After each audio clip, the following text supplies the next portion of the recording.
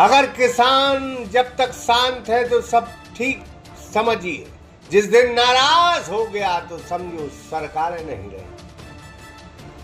किसानों को गेहूं का वाजिब दाम नहीं मिल रहा, कई सालों से कुछ चंद पैसे बढ़ते रहते हैं लेकिन दाम वही रहते। समर्थन मूल्य गेहूं खरीदी में फिर हंगामा है। इस दफा खबर आगर मालवा में समर्थन मूल्य पर गेहूं खरीदी नहीं होने से नाराज किसानों ने सड़क पर उतरकर चक्का जाम ही लगा दिया।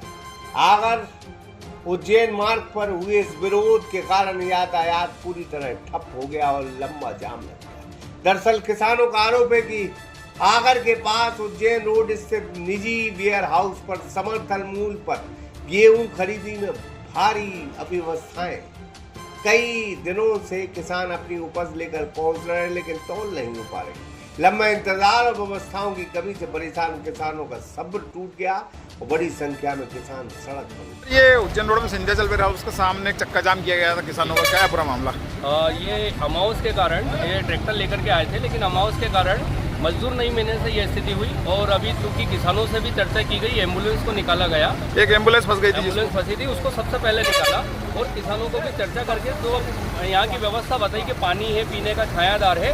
कन्फ्यूजन इतना हुआ कि उन्होंने ये कह दिया था कि अमावस को चालू रहेगी और सब कुछ व्यवस्थाएं मजदूर कर दी हैं और इनके रात 10 बजे तक सारे ट्रैक्टर खुल जाएंगे, कोई इशू नहीं है। चक्का जाम खुल गया सर? खुल गया, क्लियर। आप देख लीजिए, पूरा चक्का जाम खुलवा दिया, एक बार घुमा दीजिए, फिर घुमा दीजिए। किसानों ने आकर उज्जैन मार्ग पर चक्का जाम कर दिया जिससे दोनों ओर वाहनों की लंबी कतारें लगी। इस दौरान एक एम्बुलेंस भी फंस गई जिससे स्थिति और गंभीर हो गई। एम्बुलेंस को निकाला गया।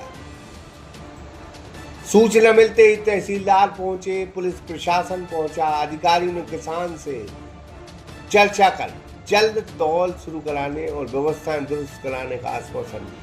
काफी देर तक चले समझाए, इसके बाद किसानों ने चक्का जाम समाप्त किया जिसके बाद यातायात फिर से बहाल हो सका। आपका?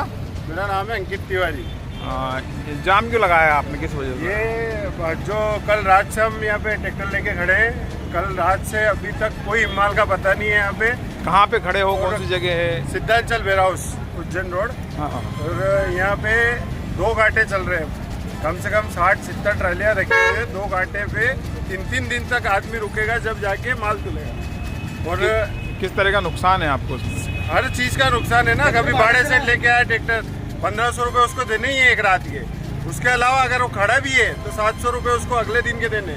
2 दिन से खड़ा है तो हमको कम से कम 3000-4000 रुपये उसको देने।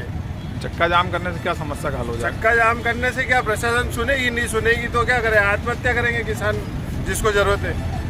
जो नहीं है, जिसके पास है, वो तो अभी शादी चल रही है अप्रैल में, किसी को शादी के पैसे देने, किसी को कहाँ देने, क्या करेगा आदमी? फिर बेचेगा वो पानी आटा उसकी ज़मीन 1800-1700 रुपये में बेचेगा गेहूँ, तो आखिरी में ज़मीन ही बेचनी है उसको 5 बीघे वाले को। क्या करेंगे आज जो आपने चक्का जाम लगाया, मैंने वो तुलावटी को लेके लगाया। तुलावटी तोल को लेके लगाया है। हमारे ये निवेदन है कि यहाँ पे कम से कम 6 से 7 कांटे का पॉइंट है। कम से कम 6 कांटे 7 कांटे चलने चाहिए जब जाके ये माल तुलेगा आज, वरना हमें 2 दिन तक वापस रुकना ही है यहाँ पे।